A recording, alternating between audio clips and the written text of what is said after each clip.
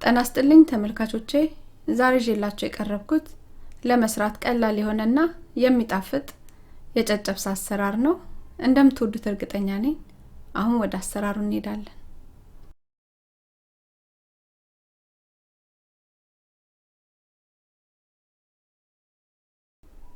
ጨጨብሳውን ለማዘጋጀት የሚያስፈልገን የጤፍ ዱቄት ጥቁሩን የተጠቀምኩት የኢትዮጵያ ጤፍ ዱቄት፣ በርበሬ፣ ጨው፣ ቅቤና ውሃ ናቸው።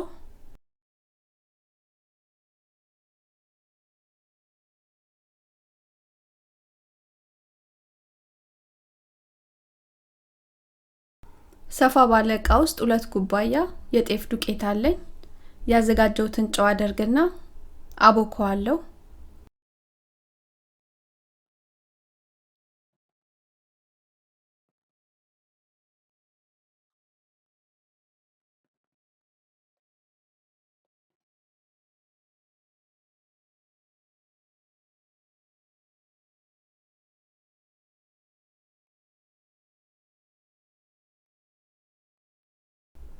የሊጡን ቅጥነትና ውፍረቱን እንደየፍላጎታችን ማድረግ እንችላለን።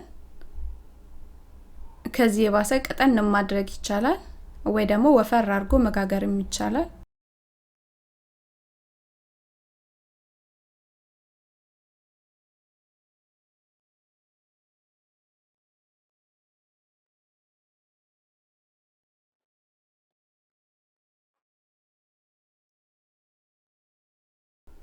ሊጡን እንደዚህ አስተካክየዋለሁ። በጣምም አልወፈረም በጣምም አልቀጠነም፣ መካከለኛ ነው ያደረኩት።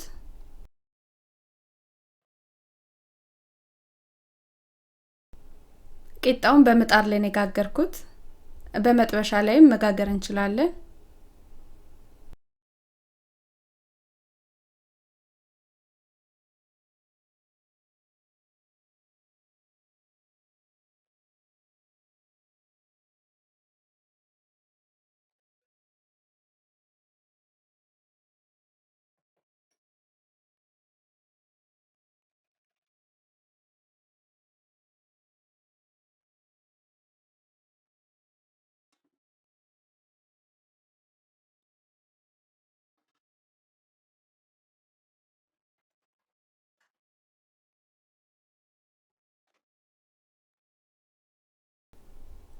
ቂጣው ደረቅ እንዲልልን ከፈለግን እያገላበጥን እናበስለዋለን።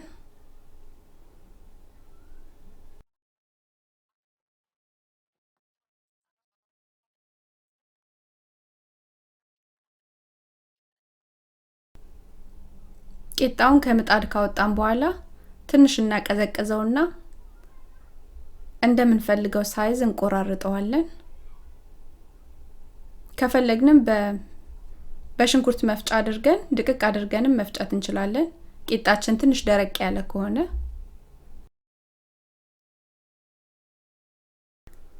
ቆራርጬ ያዘጋጀሁትን ቂጣ ሰፋ ባለ ዕቃ ውስጥ አስገባና ከዛ በርበሬ አደርጋለሁ። በቂ ነው የምለውን በርበሬ ነው ያደረኩት። እንዲሁም ቅቤ አደርጋለሁ።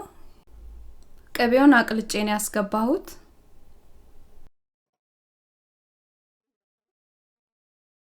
ሁሉንም እንደዚህ በዕቃ ላይ ካደረገን በኋላ በእጃችን ገብተን እሽት አድርገን እናዋህዳቸዋለን።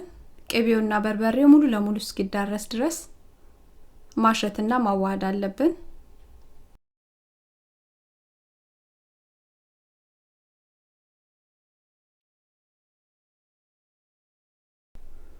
ይህን ይመስላል ለመስራት ቀላል የሆነና የሚጣፍጥ ምርጥ የሆነ የጨጨብሳ አሰራር።